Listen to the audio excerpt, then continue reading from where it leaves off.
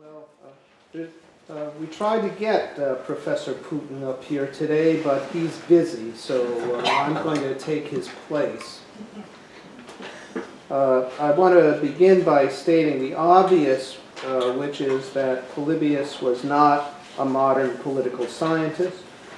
He was a Hellenistic intellectual, and Hellenistic culture and the course of Hellenistic history led him to be impressed with the impact of fortune, Tyche, in human affairs, Tyche. And Tyche is an idea or a phenomenon which makes modern political scientists searching for their law-like patterns in international relations shudder. Polybius wrote too with a moral as well as a pragmatic purpose, but this is a moral engagement which modern political scientists who don the mask of cool objectivity also tend to shun. But my main point today is that even admitting the cultural complications, Polybius, like Thucydides before him, did evolve and employ the major insights that inform modern international systems theory. The most important modern school of thought here is called realism, and its fundamental insights are: one, that the presence or absence of international law is crucial in determining the behavior of states; and second, that in the absence of international law, the distribution of power capabilities across a state system, its dispersal among many states, or in a few states, or its concentration in one state, is crucial to the character of the system, to the behavior of states that make up the system, and to understanding both. This is an interdisciplinary topic involving modern international relations studies and modern scholarship on antiquity. And one problem is that there has been so little contact between modern international relations studies and modern scholars of ancient history. I should say, with the Anarchy book, I had to work very hard to get University of California Press to list this book under political science. They wouldn't do it. They only listed it under classics and history. I said, it's a book about political science. They couldn't imagine that that would be the case. So specialists in the rise of Rome mostly know the theories of the internal causes of imperial expansion and aggression, as those theories were first propounded a century ago by John Hobson and flourished in British universities in the 1950s. Those theories focus on the social, economic, and cultural pathologies that allegedly produce imperial expansion. They are then applied to Roman society, for instance, in the work of W.V. Harris. Now, Polybius, like Thucydides before him, was interested in the internally generated causes of imperial expansion. Yes, he was. But in the brutal world in which he lived and Thucydides lived, internalist expansions focused not on pathologies at all, but on the internal strengths that enabled states to survive and to prevail. This is most obvious in Polybius's book 6, on the character of the Roman state. Despite the fact that Jacqueline de Romuley underlined this point 40 years ago, scholars of antiquity have been slow to realize what an attitude that focused on internalist strength, not pathologies, implies about the harsh international system. Specialists in ancient interstate politics also have almost no knowledge of current theories in political science that focus not on internal conditions at all, but instead on the harsh nature of the system itself as both the cause of war and of imperial expansion. Yet realist theories have been central to the modern analysis of international relations since 1945. Many ancient historians then, in terms of theory, are 60 years behind the times. I think, in fact, the realist approach has much of value, and it is the case that its major insights can be traced to ancient writers.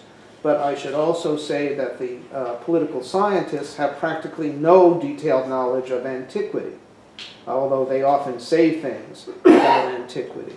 For me, a clear example is Ken Waltz, who's the greatest of the IR theorists.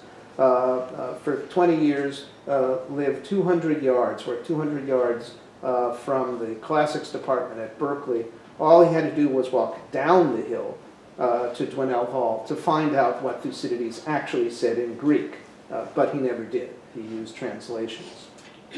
So I'll proceed in a roundabout way, briefly laying out, and that's a problem with talking about interdisciplinary work, that there isn't much. I'm going to proceed in a roundabout way, briefly laying out the realist paradigms, and then discussing some aspects of Thucydides before showing how Polybius's view of interstate life correlates with what Thucydides says, and how both correlate with modern realist theory. To repeat, all of this is with the caveat that Polybius was not a modern political scientist. So, the realist paradigm is this. First is the prevalence of anarchy. The interstate world has typically consisted of a multiplicity of sovereign entities. They recognize little or nothing by the way of international law and have almost no way of enforcing it. There really are no enforceable rules of conduct, especially for strong states. This harsh anarchic environment dictates that the primary goal of every government are simply survival and security. There are two possible exits from anarchy. One is the emergence of a universal empire. That is, one state achieves universal and unchallenged power and imposes a rough law and order everywhere to suit its own purposes and as it sees fit. This, of course, was the Roman solution. But the emergence of universal empire is rare and difficult to achieve, as the United States has now found out. The second exit is through acceptance of international law, especially by the strong states, administered and enforced by some neutral international institution, such as the UN. But because the interstate world has always been so dangerous, the voluntary acceptance of restraints on state conduct is unlikely. This is especially true for the powerful, who do not wish to give up their hard-won advantages in the system. But this means that these two exits, which are rarely followed, this means that historically multipolar anarchy has been the prevalent form of international life. Second, having established anarchy, the prevalence of anarchy has implications. Anarchy leads to ruthless self-seeking by all states. With no international law, states must provide for their own security. The interstate order is thus a self-help regime. If you don't help yourself, no one is going to help you. That is, governments are unable to depend on the help of others, unable to depend on the rule of law, so every government reserves the right to be sole arbiter of what constitutes justice for itself, as Mr. Putin made clear yesterday, and the right to take up arms to enforce it, also what he said. Self-help leads naturally to power-maximizing behavior. For in an anarchy, power is the best way to be secure, and the more power, the better. So power-maximizing behavior is the norm for all states in an anarchy. This aggressive, expansionist behavior originates partly from greed, but partly from sheer fear, the desire for self-preservation. In a fiercely competitive world, quote, states must meet the demands of the political ecosystem or court annihilation. I don't want to repeat that. It's one of my favorite lines, not by me. It says, states must meet the demands of the political ecosystem or court annihilation. The combination of anarchy, self-help, and power-maximizing behavior by all states leads to a third grim realist assertion: war is normal. That is, war, or the threat of war, is a normative way by which states under anarchy resolve conflicts of interest. Those conflicts of interest are real. They are not a matter of miscommunication. There are real conflicts of interest which are not resolvable except by force. Widespread internal cultures of militarism and bellicosity, which occurred in the ancient world, are simply natural adaptations to the harsh international environment, though in turn, because they are bellicose, they contribute to the frequency of war themselves. this is true of all states. Under anarchy, they were all functionally similar, and that is true in antiquity. Large states, medium states, small states are all militaristic. Monarchies, tyrannies, aristocracies, oligarchies, democracies, federal states are all militaristic in antiquity. But political scientists also posit that in such state systems, there is a moment when the danger of large-scale war is most acute. This occurs when there is a sudden shift in the distribution of power within the system. Political scientists term this a power transition crisis. The shift can be either a dramatic increase in the capabilities of one of the main actors, or a dramatic decrease in the capabilities of one of the main actors.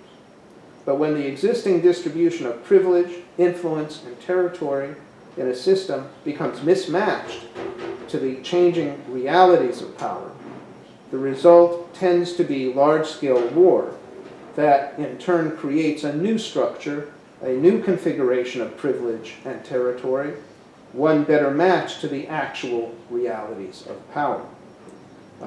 These major realignments of power, influence, and status within anarchic state systems have tended to be accompanied by great violence, what political scientists call hegemonic war. World War I is a good example. World War II is another good example. But this is only a trend because individual moments of decision-making by governments are too idiosyncratic to be predictable. Hence, the power transition crisis caused by the collapse of the Soviet Union was handled without war, thanks to good diplomacy on both sides and the presence of certain personalities, which if those personalities had not been there, the outcome might have been different. But historically, a power transition crisis tends to lead to hegemonic war to establish new leaders within the system. Okay, so those are the basic paradigms of realism. They are very pessimistic in terms of the nature of the international system. Now I want to turn to Thucydides. Modern realists have no doubt that Thucydides, writing around 410 BC, is their intellectual ancestor. Further, they employ Thucydides to argue that intellectuals perceived a world of fearful, ruthless, power-maximizing, and warlike states as soon as international politics itself came into existence 2,500 years ago. The realist view is, this is the view that everybody who's smart understood for the past 2,500 years. The realist worldview then was and is a natural reaction to a real situation.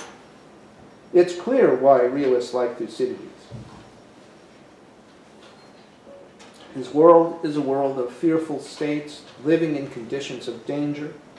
A world, he says, where each state must depend upon itself in order to survive, where the strong do what they wish and the weak suffer what they must. That's a quote. There is, of course, no written international law, and even the few informal norms of state conduct are violated with impunity by the great states. Sworn treaties, such as the 1994 Budapest Agreement, are worthless. As the Corcyraeans tell the Athenians, treaties are only worth what they are worth according to the balance of power that enforces them. If the balance of power changes, the treaties are worthless. Distrust among states is therefore pervasive because treaties are worthless. They're only worthless guarantees. And Thucydides, as Thucydides' Athenians tell the Melians, interstate politics is therefore a deadly business in which the main goal, is physical survival. Indeed, the term for danger, kindinos, appears more than 200 times in the Thucydidean text. So Thucydides' vision conforms to the grimmest aspects of the realist model. But in 3 passages, Thucydides also indicates, to the delight of political scientists and to me, that a power transition crisis was the truest cause of a hegemonic war, namely the Peloponnesian War. Thucydides' analysis is as follows. At 188 and again at 118, he indicates that the growth of Athenian power is the destabilizing element in the interstate system, but that this general trend, growth of Athenian power, also eventually took a specific form, namely Athenian actions against Sparta's friends and allies. As Thucydides says, as the power of Athens reached its height, the Athenians began to lay hands on Sparta's alliance. This led the Spartans, previously quite passive in the face of growing Athenian power, to feel compelled to risk war while they still could. This is also Thucydides' analysis at 123, 5-6, a more famous passage. Athenian pressure on Sparta's allies was a specific manifestation of the general growth of Athenian power. In 123.5, he says he's going to lay out the complaints and disputes between states so that no one will ever have to inquire from whence the war came. By the complaints and disputes between states, he means the conflicts between Athens and Sparta's ally Corinth, and between Athens and Sparta's ally Megara. Then there comes a famous sentence in which he says, the truest cause of the war, and this foregrounds not the complaints and disputes, but this underlying trend. He says the truest cause. It doesn't mean that the other causes aren't true, but this is the truest cause. You can say this in Greek. I don't think it's easy to say this in English. But the truest cause of the war is, in fact, the growth of Athenian power. This is what explains the disputes and quarrels. And 118 shows us how. The Athenian actions against Sparta's allies were a manifestation of the deeper shift of power in the Greek state system in favor of Athens. Now, one must note that Thucydides, for him, these actions and the resulting war are simultaneously the result of contingent events that need not have happened. Decisions made by both the Athenians and the Spartans under the influence of specific individuals and personalities that were not predictable. And Thucydides does not say in Greek, although all the translations say this, that the war was inevitable. He doesn't say that. And the reason he doesn't say that is he's only talking about a likelihood, not an inevitability. Political scientists have been misled by translations, I have to say about that. Nevertheless, the political scientists are correct that Thucydides foregrounds a power transition crisis as the truest cause of the war and holds a pessimistic view of the harsh nature of interstate relations in an anarchy. So Thucydides can indeed be seen, as modern political scientists see him, as the founder of international systems theory in general and realist theory in particular. They borrow his prestige, and rightly so. Well, how does all of this relate to Polybius? The fact is that Polybius shows crucial parallels of analysis with Thucydides. He's living 200 years later, 250 years later, but he shows similar analysis. First, Polybius's world of states is also a dangerous world, and indeed the word for danger, kindenos, which was one of Thucydides' favorite terms, appears in the extant text of Polybius no less than 455 times, and we only have 1/5 of Polybius. The extant text is longer than Thucydides, but this only partly explains the huge number. By contrast, Herodotus' long history only uses kindenos terms 35 times.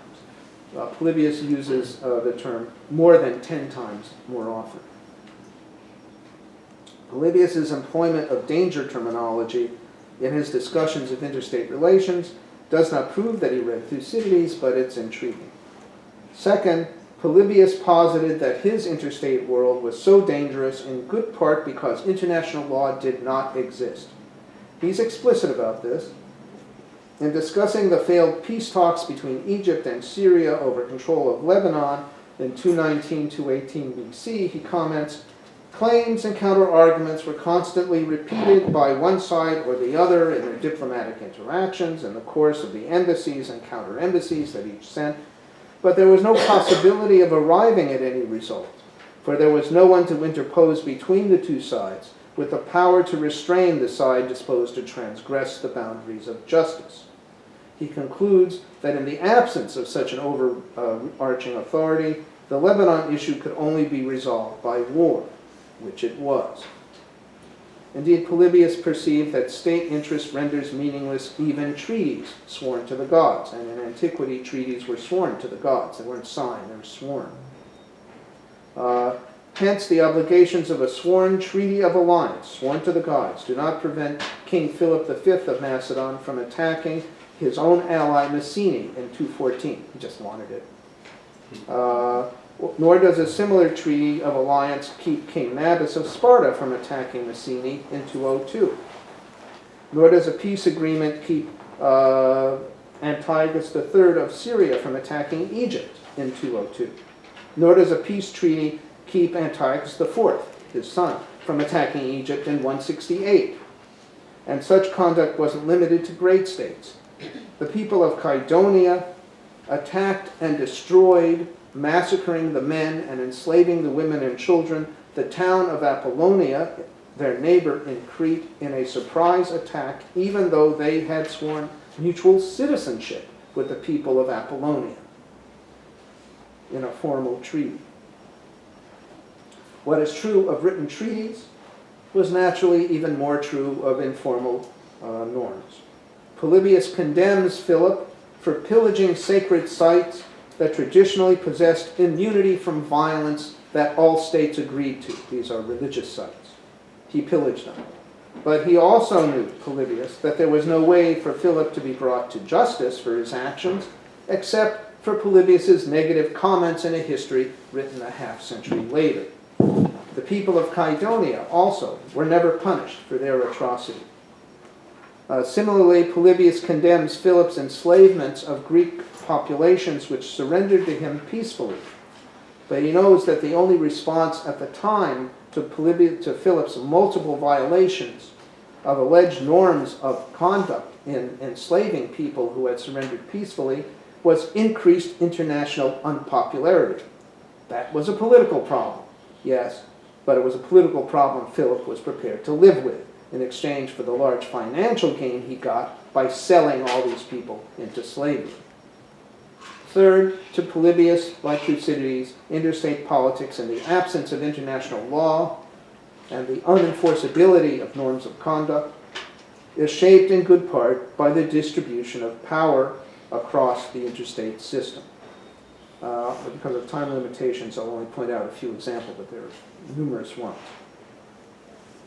Most important is Polybius's Thucydidean-style view of how a power transition crisis in the Eastern Mediterranean initiated the large hegemonic war that transformed the Hellenistic state system at the end of the 3rd century BC. This power transition crisis was one of the most crucial events in his histories because it brought the Romans into the East Mediterranean world for the first time. The state system in the Greek East had been based since 280 BC on a tripolar balance of power between the Antigonid Macedon, the Seleucid Empire, and the Ptolemaic regime based in Egypt. That balance of power was always unstable, but after 207 it began to fall apart. The Ptolemaic regime suddenly weakened. A massive indigenous rebellion in the Nile Valley proved impossible to put down, so the government lost control over major tax-producing regions and could not afford an army. The premature death of Ptolemy IV in 204 put a child of 5 years old on the throne, and political chaos reigned thereafter in Alexandria itself, with riots and coups d'etats as various caretaker governments came and went. All of this led to a sudden, unexpected, and profound redistribution of power across the state system because the weakening of the Ptolemies brought a decisive expansion in the power of both Philip V and Antiochus III. The number of great powers was suddenly reduced from 3 to 2. The ruthless ambitions of Philip and Antiochus found expression in a treaty of alliance to divide between them the entire Ptolemaic realm, including Egypt itself. There followed large-scale attacks by both kings against Ptolemaic holdings everywhere.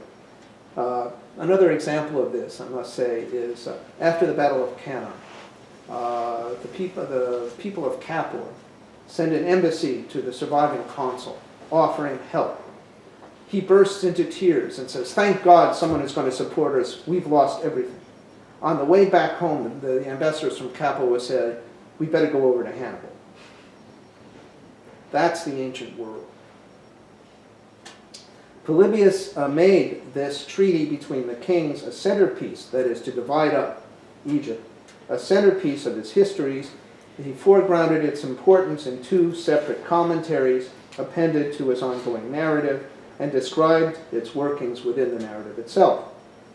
Scholars have sometimes doubted that this pact could really exist. Unfortunately for them, in 2002, an inscription was discovered in Turkey showing the pact in operation, which means, surprise, Polybius knew what he was talking about. Sometimes scholars are over clever, especially classicists. That comes with the territory. The expansion of the power of the kings in turn triggered resistance from second-tier states, notably the Republic of Rhodes and the Kingdom of Pergamum, as well as from Egypt itself. By the summer of 201, that meant that the Eastern Mediterranean, because of the resistance of everyone, was ablaze with war from Gaza to the northern Aegean. It was a large-scale hegemonic war brought about by the collapse of the Ptolemies, a war to determine the new structure of the state system. Polybius covered the war in detail, but the resistors were hard-pressed, and the result was that they decided to make an appeal to Rome. In the autumn of 201, no less than 4 Greek states arrived in Rome asking for Roman intervention: Egypt, Pergamum, Rhodes, and Athens. The Greek embassies presented the Senate with a disturbing information about the kings. Though Polybius' account of the actual events in Rome is lost, we can know what he said about the Greeks at Rome because he provides in his moral condemnation of Philip and Antiochus an account of what happened, an account in which he says Philip and Antiochus weren't even like tyrants who might come up with some sort of excuse for what they did. He said they are like beasts who simply devour the weak. But he says then, yet for those who find fault with Tyche, fortune, for her haphazard handling of human events, they will be reconciled when they discover what Tyche now did. For even while the kings were destroying the kingdom of the child, destroying the person who they were honor-bound to support because he was a child, Tyche, fortune, alerted the Romans to the situation, and then very justly visited upon the kings the very evils they had planned in their total lawlessness to inflict upon others. Polybius says that Tyche alerted the Romans to the bad conduct of the kings. He obviously alerted the Romans, she alerted the Romans through the Greek embassies that came to Rome, 4 of them, asking for Roman intervention in the autumn of 201. I should say one of the characteristics of the anarchy in antiquity is that smaller states, when confronted with peril and feeling unable to handle that danger with their own power, appeal to the powerful. It's one of the constants one sees in interstate interactions. And just to give you some examples, in Thucydides, Corcyra appeals to Athens against Corinth. Potidæa appeals to Corinth against Athens. Corinth appeals to Sparta against Athens. And in Polybius, Tianum Sidicinum appeals to Capua against the Samnites. Capua appeals to Rome against the Samnites. Thurii appeals to Rome against the Lucanians, while Tarentum appeals to Epirus against Rome. Syracuse appeals to Epirus against Carthage. Messana appeals to both Carthage and Rome against Syracuse.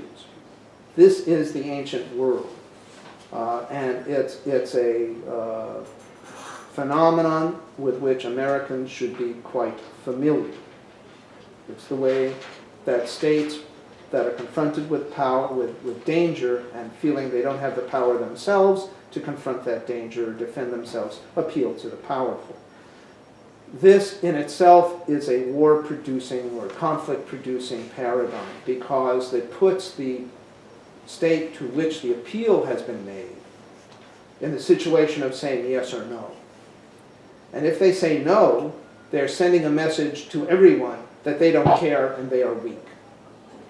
Or they are weak. And if they say yes, they run the risk of getting involved with the larger state that's threatening the smaller state that's appealing to them. So very bad choices. I should also say that in antiquity it was considered noble to answer yes the appeal of suppliants. That was an act of greatness of spirit to do, so that people are kind of feel honor-bound in their toxic masculinity to answer yes when appeals are made to them, because these are aristocrats. A good example of this in a modern context is the first 30 minutes of Godfather 1. For those of you who remember that movie, where Don Corleone people are coming to him asking for help, including to commit murder, and he's giving answers. In this case, what Polybius says is that the action of Tyche against the kings for their evil pact was just. Tyche took her revenge on the king's ruthlessness by alerting the Romans. Again, the obvious answer of how is with these 4 embassies. The Romans, like Philip, like Antiochus, like the second-tier Greek states, were actually all ultimately responding here to the same systemic crisis, the crisis ultimately caused by the collapse of the Ptolemaic regime. All these states, including Rome, but not only Rome, responded in the same way to the collapse of the Ptolemies by resort to force. Strictly speaking, they need not have done so. The governing elites possessed freedom of will. Philip and Antiochus could have decided not to take advantage of Ptolemaic weakness.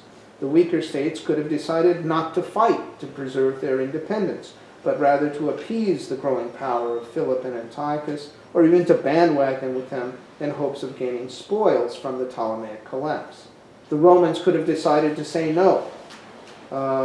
Instead, when military resistance seemed to be failing, the smaller states sought the help from a power on the periphery of the state system, and that power answered yes. Need not have. There was opposition to Rome, in Rome, to doing it, in fact. The issue of periphery and center brings up another aspect of Polybius's analysis.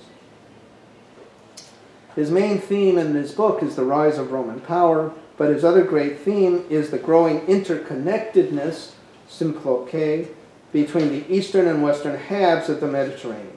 They had long been separate state systems, where events in the west did not affect events in the east, and where events in the east did not affect events in the west. The situation began to shift, Polybius says, when Philip V, seeing Rome defeated by Hannibal, began to expand towards the west, and the Romans blocked that. But it really shifted in 201-200 with the arrival of the Greek embassies at Rome, urging major intervention in the east. Now, for the first time, major events in the east led to action in the west by Western power. For Polybius, the Roman decision to intervene is the crucial event in the emergence of interconnectedness, Mediterranean interconnectedness, the symploche between the eastern and western halves. By 150 BC, the Mediterranean had indeed become one large unified state system under Roman domination. The Greek envoys of 201 played a catalytic role in the emergence of a single state system, and all of this, of course, is another example, and Polybius talks about this all the time, all of this is another example of his taste for system-level analysis. System-level analysis. But Polybius must also have been well aware that he was dealing with contingent events here.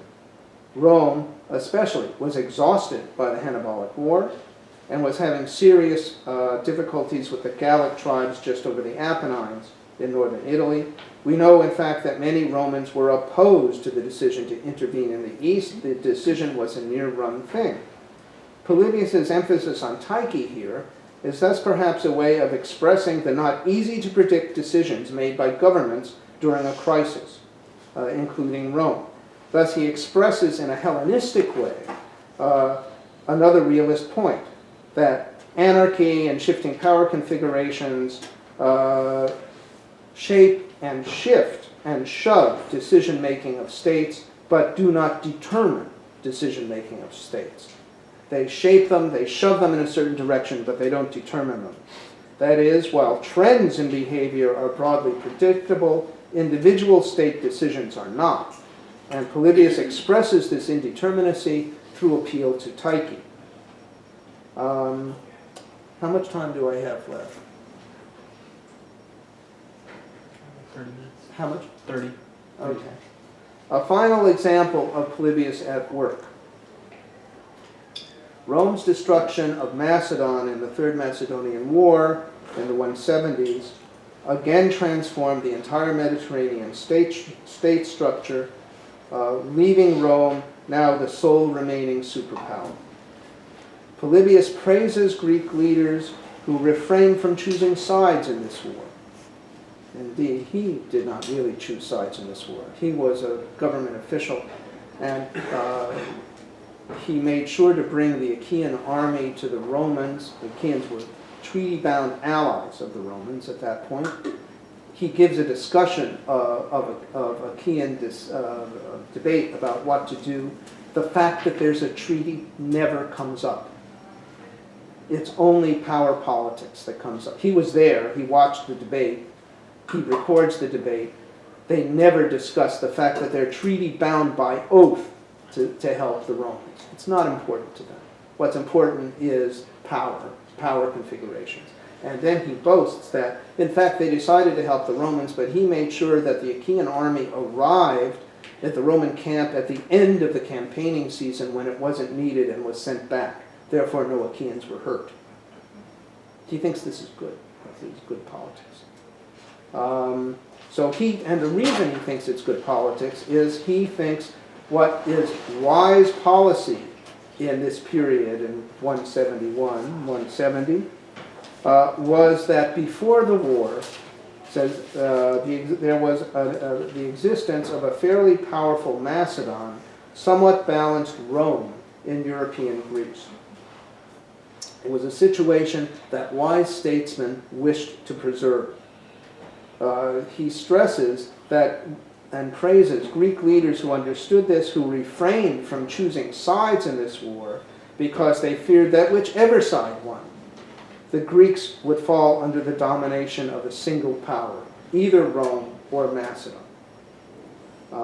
So he praises Cephalus of Epirus because Cephalus wished to preserve the pre-war status quo system, which provided a reasonable situation for less powerful states. Cephalus feared a new war would establish a heavy-handed hegemony of either Rome or Macedon. Cephalus understood that a continuation of the status quo was best for smaller states because one power would always be there to protect the weak against wrongdoing by the other. In view of both Cephalus and Polybius, then, in 171 BC, if no heavy-handed hegemony existed as yet in Greece, this was because of the existence of two large powers that balanced each other. No wise man, he says, wants to risk that number being reduced to one, either Rome or Macedon. But that is what the War of 170 to 168 brought about. There was a shift in the system from two large powers in Greece to one. The Romans won the war, but it took them a long time, and Polybius dates the beginning of true Roman rule in the East to the victory in this war, 168, 167 BC. This is, again, a system-level analysis. He's talking about what is the structure of the state system that is good for smaller states or bad for smaller states. And this system level of analysis is not limited to Polybius's later books. It appears right from the first already in Book 1.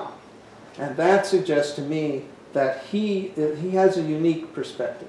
He was brought up as a part of the elite of a non-imperial state, a second-tier state. And his view of things is not that of seen from the imperial metropole, but seen from a second-tier state. And the Achaean League was fairly powerful, but it always had to deal with more powerful states. So he got that education, and that's why this idea, this system-level analysis, already appears in Book 1. Polybius praises King Hiero II of Syracuse in Book 1 for providing aid to Carthage during its war with the mercenaries in 241 to 238 BC. The mercenaries of Carthage in the First Punic War had rebelled against Carthage because they hadn't been paid at the end of the war. And Carthage was in very bad shape and might well be taken over by these mercenaries. Hiero II provided military and supply aid to Carthage, and Polybius praises Hiero for doing this, even though Hiero was a friend of Rome and an ally of Rome. Polybius says that Hiero wisely wanted Carthage to survive. Why? So that Syracuse would not have to face a Western state system with only one power, namely Rome. Polybius then makes Hiero's two powers policy into a general policy that small states ought to follow. Second-tier states should never contribute to the attainment by one state of a power so unrivaled that one is helpless before a tyrant, he says. So Polybius's analysis of the political impact of the distribution of power capabilities in a state system is underlined right from the start of the histories, and that is because that was his education as a member of the political elite in the second-tier state from which he came. And these things are important to him because the second-tier states cannot afford to be wrong in their analyses. Great states can be ignorant. Power covers a lot of ignorance. Small states cannot afford to make a mistake. They have to be right in their analysis of things. In all these ways, then, including allowing analytical space for the power of contingent events for personalities, Polybius resembles Thucydides. Polybius condemned the historical writing prevalent in his own age as mostly shallow and sensationalist, entertaining but not enlightening. And to judge from the remnants of some of the writers he attacks by name and whose fragments have survived, he is perfectly correct. My favorite in this is Phylarchus. Here's an example of ancient history according to Phylarchus. The Queen of India, there is no such thing, once had a pet elephant named Victory, Nicaea. When she died, she told Nicaea the elephant to protect her son. And Nicaea the elephant did protect her son.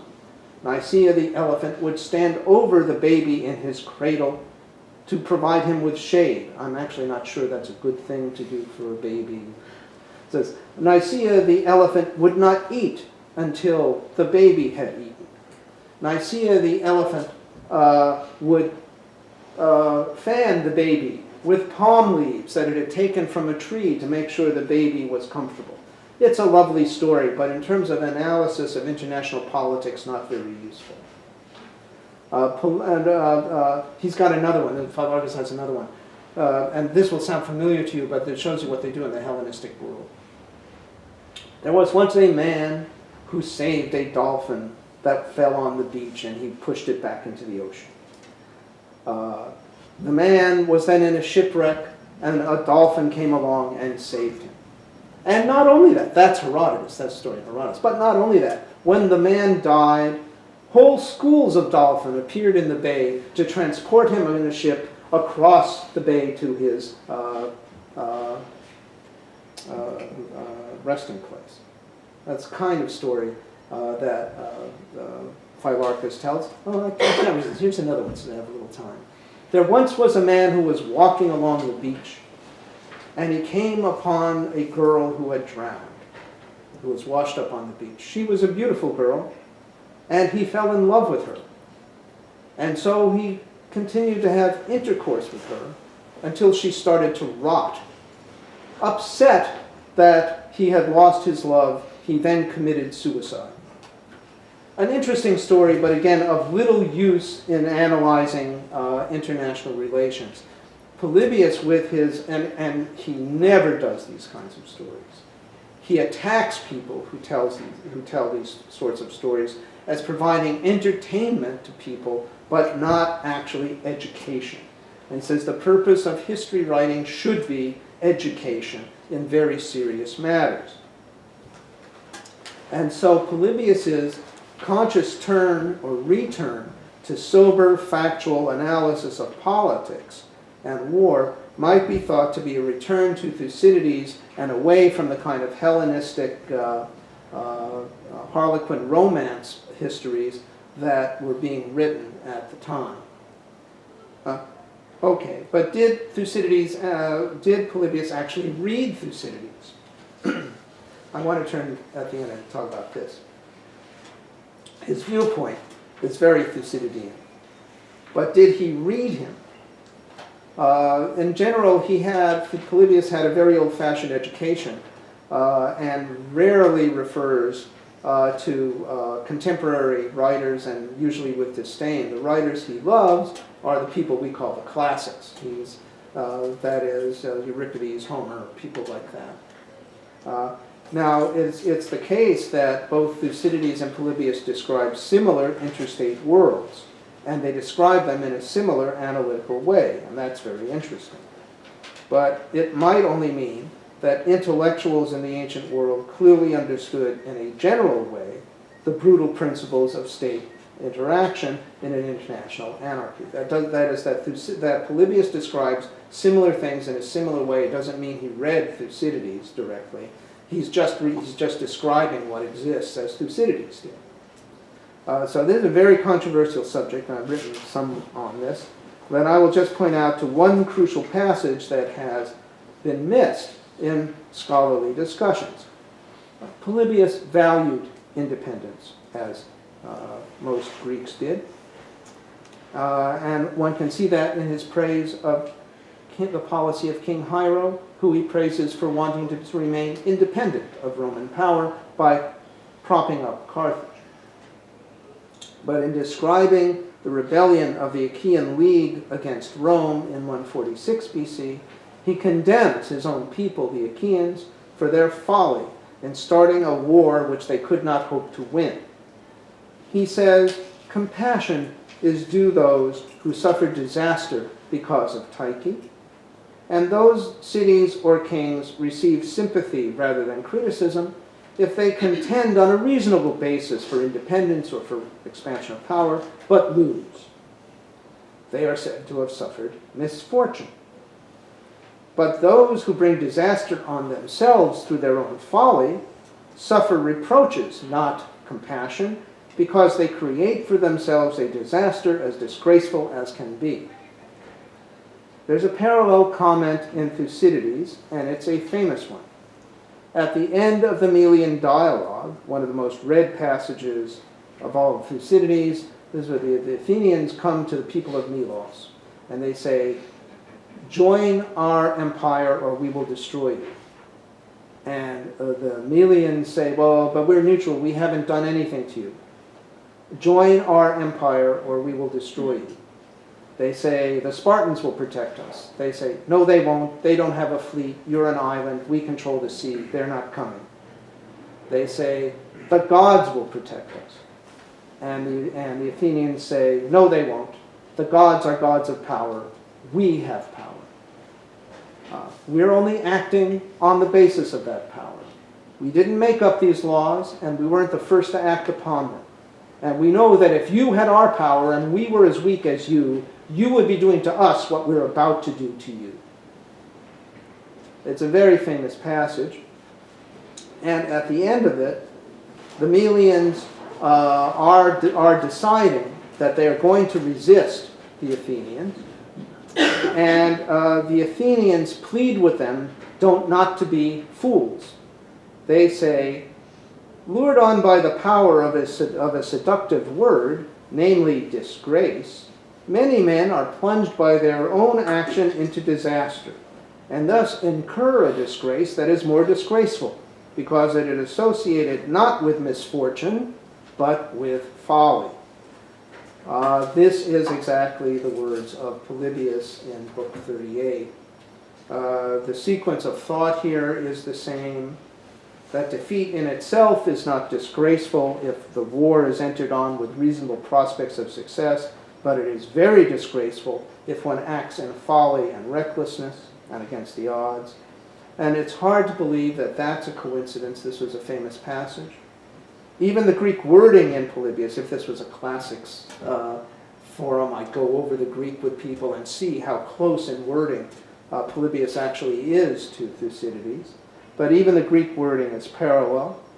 And these are passages of analysis which are crucial to both writers. Should also say, what happened to the Melians? Does anybody know? No. They staunchly resisted for months against the Athenian attack, most unexpectedly, until finally the Athenians did defeat them.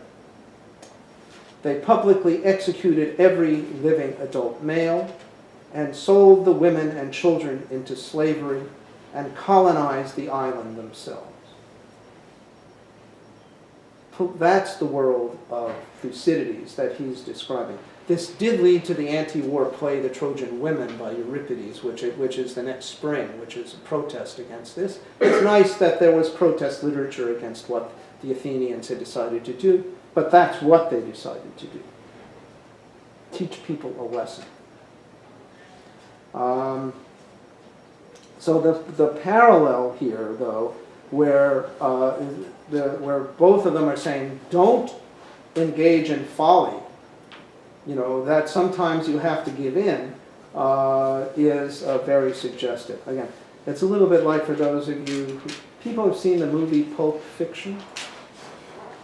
At the end of Pulp Fiction, there's a scene where Samuel L. Jackson is about to be robbed, but in fact he turns the table on the guy, and he's Tim Roth, and he's pointing an enormous .45 in Roth's face.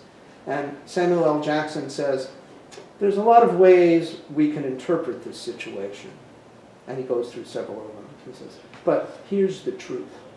You are the weak. That's the world that Thucydides and Polybius are describing.